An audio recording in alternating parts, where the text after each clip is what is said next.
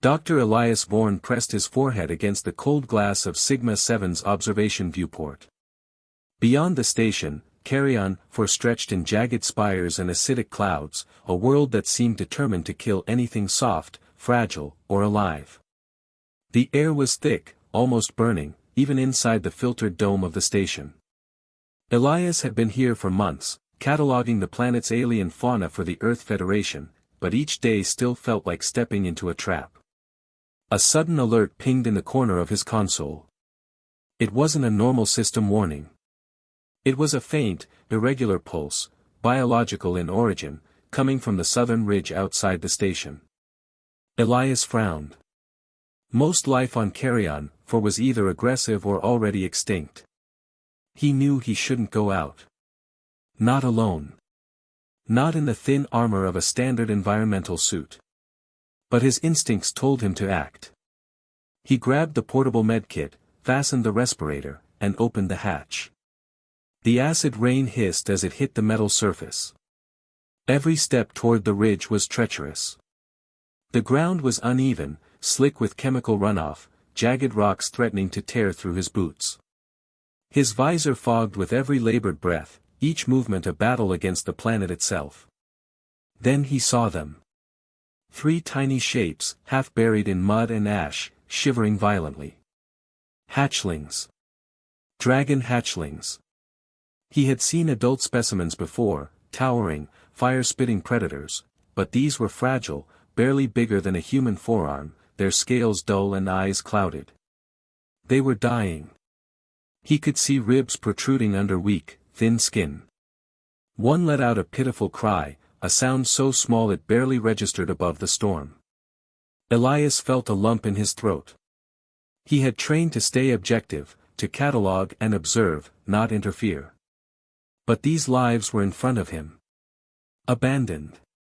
Alone. Helpless. And human courage didn't wait for perfect conditions. The first hatchling snapped at him, tiny claws raking across his gloves. He recoiled slightly, but his heart pounded with determination rather than fear. "I've got you," he whispered, voice steady despite the adrenaline racing through him. He scooped it into his arms, feeling its rapid, fragile heartbeat. It trembled violently, eyes flickering with fear. Elias adjusted the grip, careful not to hurt it, but tight enough to keep it from slipping back into the mud. A low rumble shook the ridge. Elias froze. The terrain around him was alive in more ways than one. Carrion didn't just challenge him with acid storms and sharp rocks, it had predators lurking, drawn to motion, heat, or sound. Every instinct screamed for caution. But he couldn't leave the other 2 behind. Carefully, he moved toward them, extending his gloved hands. The second hatchling hissed, spitting a tiny jet of fire instinctively. Elias jumped back, suit singed, heart hammering. He had seconds to react before it curled into itself and froze in shock. He wrapped a small cloth around its mouth, then quickly scooped it up, feeling its warmth against his chest. The third hatchling remained hidden, cowering under a jagged rock. Elias crouched, scanning the area. Acid rain was forming shallow streams, carrying sharp debris, and he knew exposure even for moments could be fatal for these fragile creatures. Slowly, he reached for the last hatchling. It made a sudden leap toward the mud as if to escape. Elias lunged, catching it mid-fall, feeling the wet, trembling body shiver in his hands. Relief and fear warred inside him. He had all 3. For now, they were alive. But the storm was growing, and Carrion wasn't done testing him yet. The climb back to the station was worse than the descent. Mud stuck to his boots, and streams of acid water ran down the slope, sizzling as it touched the metal of his suit. Every step was a negotiation with death. If he slipped, if one hatchling fell, it would be over. He encouraged the hatchlings softly, murmuring words he didn't even know he had, telling them to hold on, to trust him. Finally, he reached the station's outer hatch. He slipped inside, shutting the door against the storm. The hum of the life support systems was a strange comfort, but his relief was short-lived. The medbay incubators were offline due to a recent power surge. Without them, the hatchlings couldn't survive more than a few hours. Elias felt a pang of panic, but he forced it down. There was only one option: improvise. Adapt. Fight. He laid the hatchlings gently on the medbay table, their small bodies curling instinctively. Sweat ran down his face, mixing with soot and grime. He pulled out his emergency medkit and began inspecting what supplies he had left. Biogel could stabilize their metabolism temporarily. Temperature controls could be rerouted through the backup generators. But every choice carried risk. A wrong calibration could fry them instantly. As he worked, he glanced at the viewport. Outside, the storm raged harder, lightning cutting across the sky. Every strike was a reminder that Carrion was alive, aware, and ready to challenge him at any moment. Elias took a deep breath, feeling fear, exhaustion, and resolve twist together. He was a single human against an entire planet that seemed determined to kill, yet he refused to let life slip away. He whispered to the hatchlings, "We'll make it. I promise. You just have to hold on." But even as he spoke, a deep vibration shook the station. Not thunder. Something larger. Something moving outside. Elias froze, heart hammering. He didn't know what was coming, but he knew that survival, for him and the hatchlings, was about to get even harder. The hum of Sigma-7 systems filled the medbay, but it did little to calm Elias's racing mind. The three hatchlings lay weak on the table, tiny bodies curling, trembling. Their breaths were shallow, eyes half closed, and he knew that without proper incubators, they wouldn't last the night. Every second counted. The station's main incubators had failed during the last acid storm, their circuits fried by electrical surges. Backup generators hummed, but they weren't calibrated for delicate alien physiology. Elias crouched over the hatchlings, examining them. Their temperature was dangerously low, metabolism unstable. He could try the standard biogel injection, but the hatchlings were fragile, too much, and it could stop their hearts. Too little, and they'd fade before morning. He gritted his teeth. Human courage wasn't about following instructions, it was about improvising when rules no longer applied. Pulling together spare medkit components, scavenged sensors, and parts from the maintenance bay, Elias began fashioning makeshift incubators. He rigged small heating plates under soft cushions of sterilized foam, connected them to a secondary power line, and wrapped the hatchlings gently.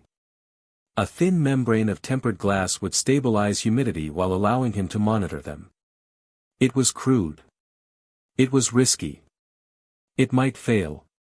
But it was the only option. Hours passed. Every few minutes, he adjusted airflow, temperature, and biogel dosage. One hatchling stirred violently, tiny claws flailing. Its skin had begun to regain a faint sheen. Elias whispered reassurances, though he wasn't sure the hatchlings understood the words. He just needed them to feel his presence, to know they were not alone. Then the station shuddered. Not an earthquake, Carrion didn't have earthquakes, but a deep vibration from outside. Something massive was moving through the valley below. Elias's heart clenched. The storm was not finished with him. He checked the external sensors. The readings were inconsistent. Something alive was out there. The hatchlings twitched, sensing the vibrations, panic creeping into their small movements. Elias clenched his fists and forced calm. If he panicked, they would feel it too. He had survived storms, predators, and chemical storms before, but never had lives this fragile depended entirely on his focus. He moved to the storage wall, pulling out more components. The plan was simple: reinforce the makeshift incubators with automated airflow and temperature sensors connected to the station's auxiliary power. Every adjustment had to be precise. Too hot, and the hatchlings would overheat; too cold, and their metabolism would shut down. Elias worked methodically, almost mechanically, but every instinct screamed urgency. Suddenly, a sharp screech echoed through the station. One hatchling's eyes snapped open, staring toward the hatch. A small jet of fire puffed from its mouth instinctively, singeing the air. Elias jumped back, heart racing. "Easy, easy," he said softly, lowering his hands to his knees. He realized they were responding not just to the storm outside but to something larger, something alive approaching. The vibration grew, rhythmic and heavy, like footsteps on steel. He ran to the viewport, squinting through the haze. Acid rain slashed across the reinforced glass, making visibility near zero. But a shape loomed, a predator, massive, scales glinting even through the storm, eyes glinting with intelligence. The sandworm. Carrion 4's apex hunter. Elias swallowed. No weapons. No team. Just his wits, his hands, and his will to save these creatures. His mind raced. If the creature hit the station, it could collapse the roof, destroy the incubators, end the hatchlings' lives instantly. He had to act, and fast. He grabbed portable drone units from the storage bay. The drones weren't combat-ready but could generate magnetic pulses and emit loud sonic vibrations. He calibrated them to emit a shockwave targeting the ground just outside the station. One wrong calculation and the station could be damaged, but he had no choice. The hatchling's survival depended on it. Sweat dripped down his face as he activated the drones. A pulse erupted, shaking the floor. The sandworm roared, thrashing against the ground. The station quaked, alarms blaring. Hatchlings cried out in fright, but Elias held firm, crouched over them, murmuring, "Hold on. You can do this." Outside, the sandworm recoiled, startled by the pulse. Elias's heartbeat thundered in his ears. He adjusted the drones, firing a second pulse. The predator hesitated, then retreated into the stormy night, leaving the station unharmed. Elias slumped, exhausted, lungs burning, hands shaking, but the hatchlings were alive. He checked each one. The smallest had stabilized slightly, its breathing more regular. Elias felt a rare, sharp relief, but he knew the battle was far from over. The storm outside was still raging, the predator might return, and the makeshift incubators were barely holding. Each hatchling depended on him, and he could not fail. He sat beside the table, gently stroking the soft ridges along their backs, whispering quietly to keep them calm. "We've made it this far," he said, voice hoarse. "But it's only the beginning." Even as he spoke, the station trembled again. Not from the storm this time. Something else, heavier, moving with intent. Elias froze, realizing the danger was not done, and the next trial for him and the hatchlings was already approaching. The night stretched on, Carrion 4's storm lashing against the station walls. Elias adjusted airflow, monitored vitals, and whispered encouragement to the tiny creatures who could not speak back. Human courage, he realized, was more than bravery, it was endurance, focus, and the refusal to abandon life even when the odds were crushing. Somewhere in the distance, through the acid rain and lightning, the vibration continued. Elias's jaw set. The hatchling stirred, sensing the movement, hearts beating faster. And in that moment, he understood that survival on Carrion 4 would demand every ounce of his intelligence, every shred of courage, and every instinct for improvisation. He tightened the straps on the incubators, took a deep breath, and whispered, "We face it together. Whatever comes next, we fight." The storm outside had not relented. Acid rain hammered the reinforced glass of Sigma 7, streaking in jagged lines across the viewport. Elias crouched over the hatchlings, checking their fragile vitals. Their breathing was steadier now, but their tiny bodies still trembled with exhaustion and fear. He had stabilized them, but Carrion 4 had not finished testing him. A new vibration pulsed through the station floor, heavier this time. Not rain. Not wind. Something alive. Something massive. Elias froze, listening. The ground outside seemed to shiver in long, deliberate beats. Then he saw it, a sandworm, far larger than the last one, moving through the valley, drawn to the station by the energy and vibrations of the incubators. Its scales shimmered even in the rain, black and sharp as jagged metal, eyes glinting with hunger and cunning. Elias's mind raced. The hatchlings were defenseless. The incubators, his lifeline, were fragile. One swipe of the sandworm's massive claws could destroy them and end the fragile lives he had worked so hard to preserve. His heart pounded, adrenaline spiking, but panic would be fatal. He had survived storms, predators, and chemical hazards before. Survival here demanded strategy. He ran to the maintenance bay, grabbing the portable drone units he had salvaged earlier. The drones could emit electromagnetic pulses and sonic vibrations, but they were untested against something this massive. One miscalculation could fry the incubators, or provoke the creature into attacking. Elias had no choice. He had to try. He activated the drones, sending calibrated pulses toward the floor outside the station. Sparks flew, alarms blared, and the hatchlings squealed in fright. Elias's gloves shook as he adjusted the drones in real time, trying to control the strength and angle of the pulses. The sandworm halted, confused by the interference, its head swinging, scanning for the source. Then it lunged, faster than Elias expected, claws scraping against the outer wall. He ducked, heart hammering. The station shuddered, but held. One of the drones misfired, sparks flying, narrowly missing the incubators. Elias's stomach twisted in fear, but he refused to leave the hatchlings vulnerable. He recalibrated, firing another pulse. This time, the sandworm roared, recoiling, its massive body shaking the ground but keeping the station intact. Elias exhaled, barely. For a moment, the predator hesitated at the threshold of the storm. Then it circled, watching, calculating, like a mind sharper than a human's in some ways. Elias realized brute force wouldn't work.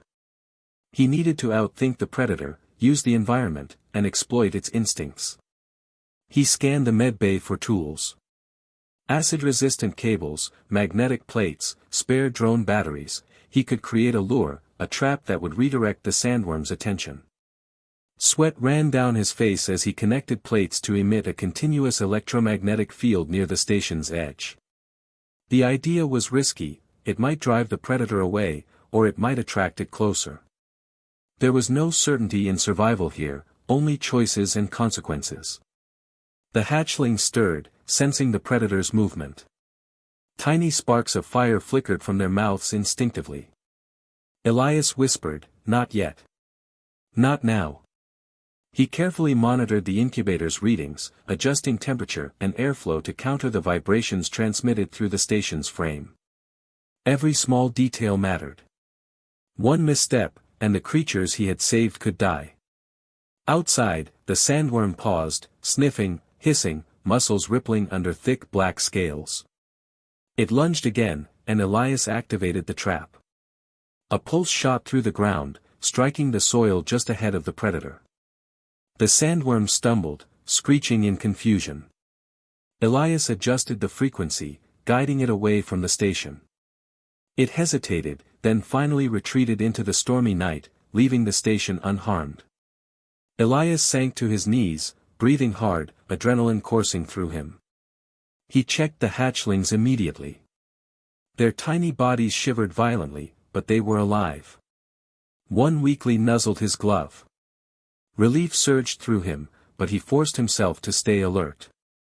Carrion, for was merciless, and survival demanded constant vigilance. He realized something vital: the hatchlings weren't just surviving, they were learning. Each flash of instinct, each small hiss or spark of fire, showed they were adapting, responding to danger. Elias felt a mix of pride and awe. These fragile creatures, abandoned and starving, were now tiny sparks of life against a hostile planet, and he had a hand in giving them that chance. He returned to the incubators, adjusting sensors and airflow, reinforcing every cable, every plate. The storm outside battered the station relentlessly, but inside, he created a fragile sanctuary. He whispered to the hatchlings, "We've made it through one challenge. There will be more, but I won't let you fall. For hours, he monitored them, every flicker of movement, every change in breathing, every faint gleam in their eyes. He knew exhaustion would come, and sleep was dangerous. But he refused to leave them unprotected. Human courage wasn't absence of fear, it was endurance, focus, and the refusal to abandon life when everything seemed stacked against you. As the storm began to ebb slightly, a new sound emerged, distant footsteps, heavy, uneven, moving across the ridge outside. Elias's pulse quickened. This was no sandworm. Something else, larger, smarter, potentially more dangerous, was approaching. He tightened the incubator straps, checking every connection, every line of power. The hatchling stirred, tiny hearts racing in sync with his own. Elias realized he was about to face the next, deadlier trial. The night on Carrion, was far from over, and every decision would test not just his courage, but his ingenuity and determination to preserve life against impossible odds. He whispered one last time before the shadow hit the viewport, voice firm despite the fear. We fight together. Whatever comes, we survive. The storm had finally subsided, leaving Carrion 4's landscape slick and shimmering under the twin suns. Elias surveyed the valley from the station's observation deck. The hatchlings had survived the initial assault, but survival alone wasn't enough. They needed strength, endurance, and instinct honed to the planet's deadly rules. And he was the only one who could prepare them. He carried the hatchlings to the gravity simulation chamber, a reinforced room designed to mimic flight conditions and low gravity. It wasn't intended for alien physiology, but Elias had modified it. Small magnetic fields simulated air currents, and temperature zones mimicked the planet's unpredictable weather. He gently strapped the hatchlings into soft harnesses, whispering encouragement to each one. You can do this. I'll guide you. The first hatchling flapped its tiny wings weakly. It barely lifted off the padded floor before collapsing, panting and trembling. Elias's heart tightened, but he refused despair. Human determination demanded adaptation, not surrender. He adjusted the air currents, recalibrated the harness tension, and encouraged the hatchling with steady hands and a calm voice. Hours passed. Sweat streamed down his face. Each hatchling faltered and rose again, learning, adapting, reacting. Elias's mind never rested. He improvised tiny challenges, gusts of wind from the auxiliary fans, simulated predator noises, even sudden flashes of light to mimic lightning. Each obstacle forced them to respond instinctively, sharpening their reflexes and courage. Finally, the smallest hatchling, the one who had nearly died in the mud, managed a brief hover. Its wings trembled violently, but its eyes gleamed with a spark of life. Elias exhaled, voice hoarse but filled with pride. Yes. That's it. Keep going. The other two followed in succession, gaining strength and confidence with every attempt. Then came the real test. A pack of sandworms, 5 massive predators, emerged from the valley below, drawn by vibrations from the station and the hatchlings' training exercises. Elias froze for a heartbeat, then sprang into action. He had no weapons strong enough to fight these creatures directly. He only had ingenuity and the hatchlings' developing abilities. He moved quickly, setting up a series of magnetic pulse generators around the station perimeter, synchronized with sonic emitters to create a temporary barrier. The sandworms approached cautiously, sensing danger but unwilling to retreat. The hatchlings, small but now alert, hissed and puffed tiny jets of fire. Elias knew their flames were weak, but combined with the pulse barriers, they could keep the predators at bay long enough to gain a tactical advantage. One sandworm lunged. Elias activated a pulse, and the creature stumbled back, confused by the electromagnetic disruption. Another approached from the opposite side, and he triggered a sonic blast. Sparks flew from the makeshift generators, and the predators shrieked in irritation. Elias's heart raced. One misstep, one miscalculation, and the station, and the hatchlings, would be destroyed. He glanced at the hatchlings. They responded to his cues, weaving between the gusts of artificial wind, flaring tiny flames at the nearest predators. It wasn't much, but it bought time. Time for ingenuity to work. He adjusted the pulse generators, creating a ripple effect that guided the predators toward a narrow ravine filled with jagged rocks and shallow acid pools. The sandworms, frustrated and confused, stumbled into the trap. Their weight shifted on unstable ground, forcing them into the ravine's natural hazards. Elias held his breath, monitoring every movement. The creatures shrieked and roared, struggling, but the combination of Carrion 4's environment and human strategy kept them contained. When the last sandworm disappeared from the station's immediate vicinity, Elias slumped to his knees, chest heaving. The hatchlings, exhausted but alert, nestled together. Their scales had regained color, their eyes bright and aware. They were alive, and they had survived their first real test, not just because of instinct, but because of human courage guiding them. Elias allowed himself a rare smile. The station was intact. The hatchlings were alive. And he had proven something vital: human ingenuity, courage, and moral determination could rewrite the rules of survival, even on a planet designed to kill. He knelt beside the hatchlings, stroking their backs gently. "You've made it this far," he whispered. "But the world outside is bigger, harsher, and full of challenges. Together, we'll face them. And we'll win." The twin suns broke through the lingering clouds, casting long shadows across the valley. For a moment, the devastation of Carrion 4 seemed almost beautiful, a dangerous world alive with energy and challenge. Elias looked at the hatchlings, now small silhouettes against the rising light, and felt hope surge. Life, fragile and defiant, had endured. Yet even as he rested, the valley below shivered once more. The vibrations were faint, almost imperceptible, but Elias noticed them immediately. Carrion 4 was not done testing him, or the hatchlings. His chest tightened, not with fear, but with readiness. Humans survived by thinking, adapting, and acting. He had taught the hatchlings that lesson, and he would continue to teach it, because courage alone was never enough without action. He adjusted the incubator monitoring systems, ensuring the hatchlings would remain stable even if the next threat came while he slept.